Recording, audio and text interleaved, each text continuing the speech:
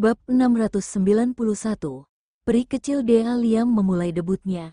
Dea menatap lurus ke arah Vito selama beberapa detik dan berkata dengan marah, "Tidak.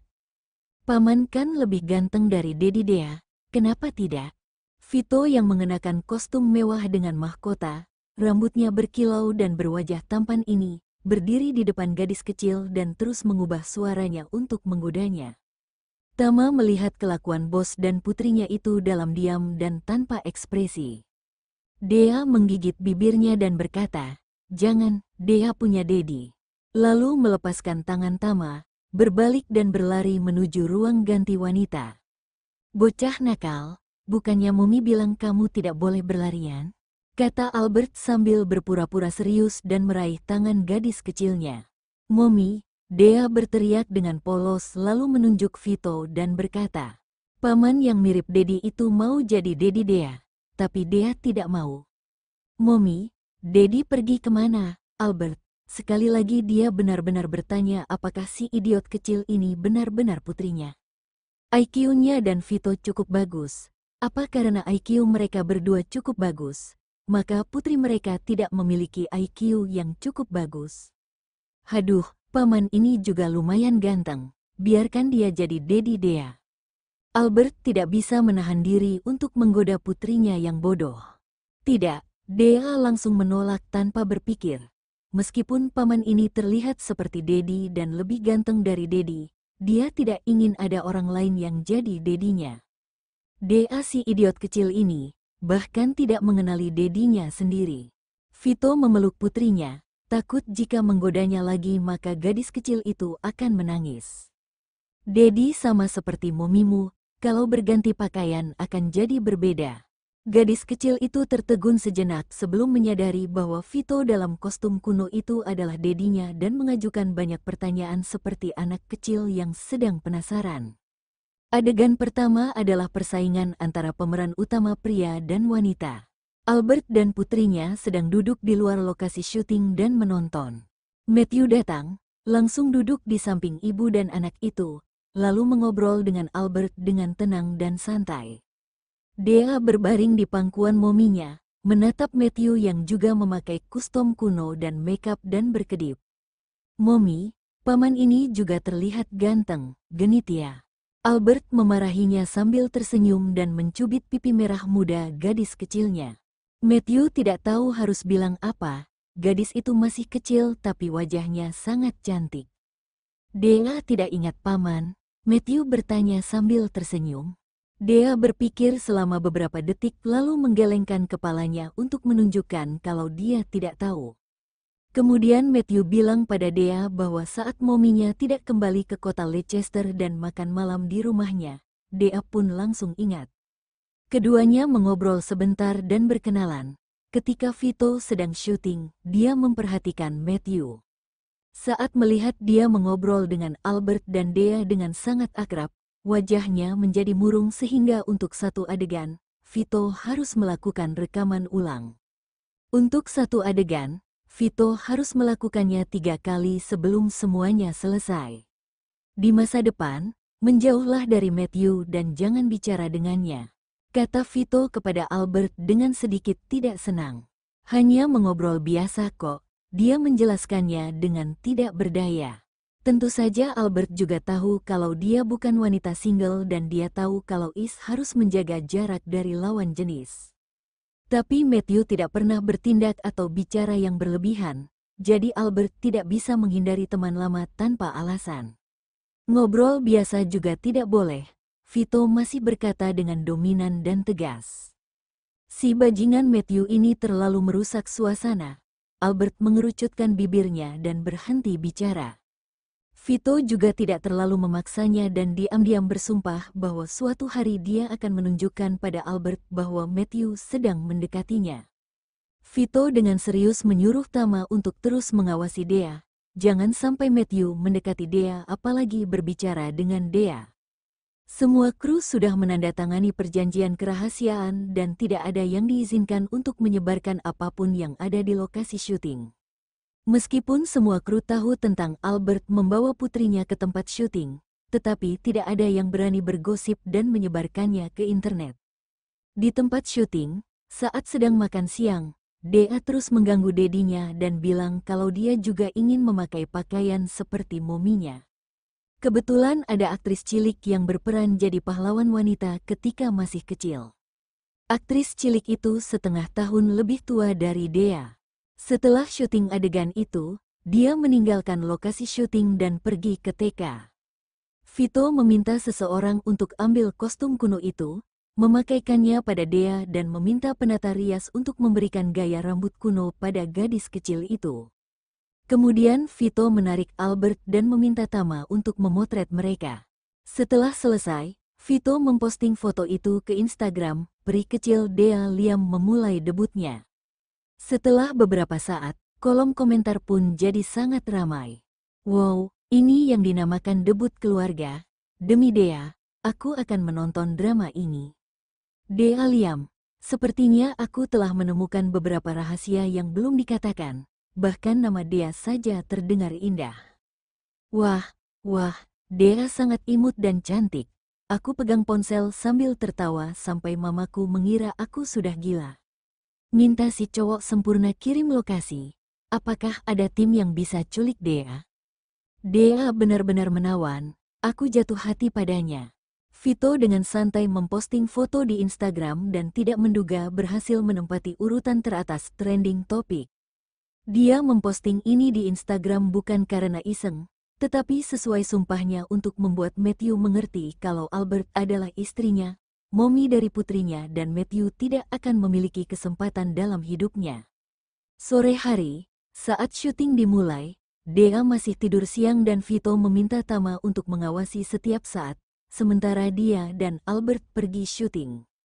Sebelum kembali ke kota Leicester, mereka sempat tertunda selama beberapa saat karena ada beberapa adegan yang harus direkam pada malam hari.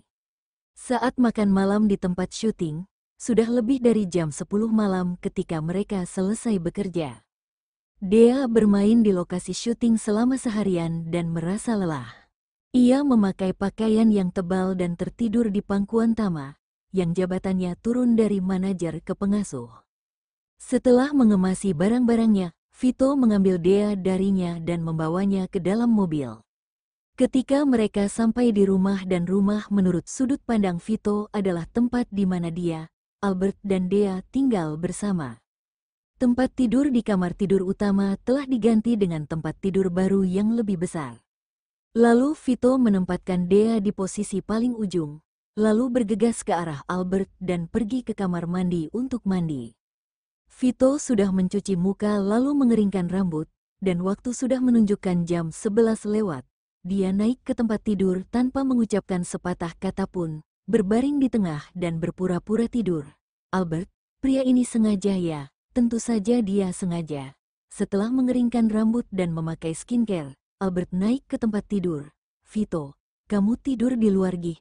Dia menjewer telinga pria itu dan berkata dengan marah. Bab 692 peluk kalian. Tapi biarkan aku menciummu namun, pria itu dengan keras kepala tetap berpura-pura tidur sampai akhir, seolah-olah Is sedang tidur nyenyak dan tidak tahu apa-apa. Dia hanya berbaring, bernafas dengan teratur dan tidak bergerak. Albert memanggilnya beberapa kali dan Vito tidak menanggapinya meskipun Albert mencubit hidungnya atau menggelitiknya. Vito, kamu babi ya? Dia berkata dengan marah dan akhirnya tertidur di sebelahnya. Lampu sudah dimatikan sebelumnya dan detik berikutnya Albert dipeluk erat oleh seorang pria yang berpura-pura tidur. Albert, sialan, dia sudah tahu kalau Vito berpura-pura tidur. Kudengar kau memarahiku. Vito berkata dengan pelan dan tersenyum sambil membenamkan wajahnya di leher Albert dan menarik napas dalam-dalam. Albert membiarkannya memeluknya dan tidak meronta. Lalu kamu mau aku memarahimu lagi? Tidak, biarkan aku memelukmu. Vito menyangkal dengan tenang. Suaranya lembut dan sangat menggoda. Ia juga berbicara sangat pelan seperti berbisik dengan efek bisa menghipnotis. Telinga Albert seperti mati rasa dan dia merasa sangat nyaman. Setelah beberapa detik, Albert merasa lehernya dicium. Dia segera mendorong Vito dan bertanya dengan waspada. Kamu mau ngapain? Dea masih di sebelahmu. Kalau kamu berani macam-macam, aku tidak akan macam-macam kok. Vito menyelanya dan berkata sambil tersenyum, aku hanya mau peluk kalian, tapi biarkan aku menciummu. Terus abis itu kamu mau bilang cuma mau cium aja. Tapi setelah itu kamu akan sedikit menggigitku. Di kegelapan, Albert tidak bisa menahan diri untuk memutar matanya. Benar saja, seharusnya dia tidak membiarkan Vito naik ke tempat tidurnya sejak awal. Lihatlah, dia semakin agresif. Aku tidak berani kok, hanya ciuman saja. Sungguh, setelah Vito selesai bicara, dia mencium bibir Albert dan memasukkan tangannya dari bawah gaun tidur Albert. Tentu saja Vito tahu, Albert membiarkan Dea tidur di tengah karena takut Vito akan melakukan sesuatu. Dia tidak bisa menerkamnya, tapi bisa sedikit menyentuhnya. Setelah beberapa saat, Vito akhirnya berhenti sebelum dia kehilangan kendali, menarik napas dalam-dalam dan memeluknya erat-erat. Kamu membuatku sesak napas. Albert juga terengah-engah. Vito membuat tubuhnya mulai panas. Pada saat yang sama, dia juga bisa merasakan reaksi kuat di tubuh Vito, yang menyebabkan Albert kaku dan tidak berani bergerak. Mendengar itu, Vito mengendurkan pelukannya selama 2 atau 3 menit dan membenamkan wajahnya di dada Albert. Albert, Vito memanggilnya dengan suara yang sangat seksi. Jawabnya, aku agak kesulitan, kata Vito sedikit kesal. Dia pantas mendapatkannya. Albert tersenyum dan berkata dalam hatinya, lalu pura-pura serius. Demi kebaikanmu sendiri, kamu tidak boleh memelukku atau menciumku lagi. Tidak, aku masih mau memeluk dan menciummu meskipun itu sulit, kata Vito sambil mendongak untuk mencium bibirnya lagi. Vito, kamu sakit, kamu sangat hyperaktif ya. Albert mengangkat tangannya dan mencubit pipi Vito. Yoh, aku terkena penyakit yang disebut Albert, yang tidak bisa disembuhkan. Vito memalingkan wajah dan menggigit jari Albert pelan. Albert sangat takut sehingga dia langsung menarik jarinya. Sudah waktunya tidur, kamu harus bangun sangat pagi besok. Selamat malam, Vito akhirnya berhenti menggodanya. Selamat malam. Dalam kegelapan, Albert mencium bibir tipis Vito dan dengan cepat membalikkan punggung dan membelakanginya. Vito tercengang selama setengah detik dan ketika dia tersadar, Vito memeluknya dengan erat dan tersenyum. Keesokan harinya, pagi-pagi sekali Dea adalah orang pertama yang bangun dan melihat dirinya tidur sendirian di satu sisi sementara Dedi memeluk mominya, dan membuat gadis kecil itu langsung sedih. Dea akan kabur dari rumah. Gadis kecil itu berkata dengan marah dan bangkit dari tempat tidur. Vito terbangun saat mendengar Dea berbicara sendiri. Memikirkan perkataan gadis kecilnya, Dea akan kabur dari rumah. Vito tidak bisa menahan senyumnya dan perlahan bangkit dari tempat tidur. Selamat pagi sayang, bisiknya pada Dea, karena takut akan mengganggu Albert. Dea masih ingat saat dedinya memeluk Momi dan tidak memeluknya. Bukannya kamu harusnya mengucapkan selamat pagi pada Dedi? Vito menggodanya sambil tertawa. Dea memikirkannya selama beberapa detik sebelum berkata dengan enggan, selamat pagi Dedi. Ayo, Dedi bawa Dea untuk sikat gigi lalu buat sarapan untuk Dea. Ia mengulurkan telapak tangannya yang besar ke putrinya. Dedi, peluk, kata gadis kecil yang berekspresi cemberut itu sambil mengangkat tangannya. Dedi peluk Momi dan dia juga ingin dipeluk Dedi. Vito langsung tersenyum, berlutut, menggendong putrinya dan berjalan ke kamar mandi. Setelah sikat gigi, dia membawa Dea keluar dari kamar dan pergi ke dapur untuk membuat sarapan. Ketika Albert terbangun dan tidak melihat suami dan anak perempuannya, dia tahu bahwa mereka sudah bangun. Tepat saat dia mengangkat selimut, Dea berlari masuk. Momi pemalas, Dedi sudah buat sarapan, ayo bangun dan sarapan. Pemalas, saat Albert mendengar kata itu, dia sedikit tercengang dan tidak perlu menebak. Pasti pria itu yang mengajarinya. Sini, Momi akan ganti bajumu. Dia memberi isyarat pada Dea yang masih memakai piyama. Momi, Dea mau pakai gaun cantik yang aku pakai kemarin, kata gadis kecil, berbalik dan berputar-putar. Gaun cantik itu sudah dicuci, jadi kamu akan memakainya besok, kata Albert sambil mencari satu set pakaian ganti dari lemari untuk Dea. Kemudian dia pergi ke kamar mandi untuk mandi. Ketika Albert membawa Dea ke ruang makan, dia melihat Vito menyajikan sarapan untuk mereka. Dedi, Dedi, Dea melepaskan lengan mominya dan berlari ke arah dedinya.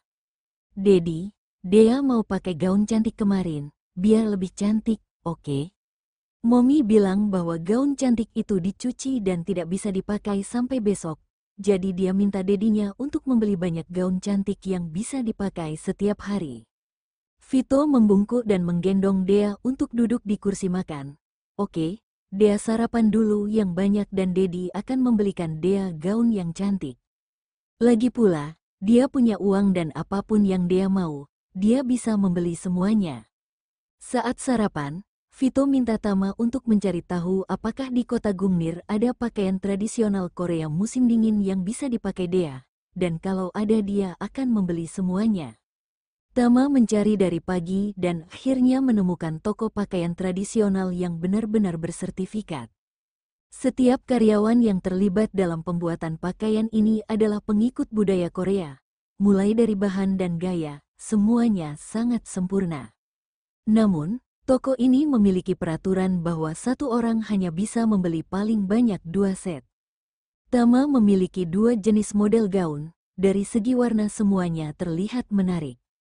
Dia bergegas kembali ke lokasi syuting pada siang hari, menyerahkan pakaian itu kepada bosnya dan menjelaskan padanya alasan kenapa hanya membeli 2 jenis model gaun dan kemudian pergi makan siang. Dea terus mengucapkan terima kasih kepada Paman Tama, melebihi dari yang Is ucapkan pada Vito. Sudah jelas Vito membeli dengan uangnya, tapi gadis kecil itu malah berterima kasih kepada Tama.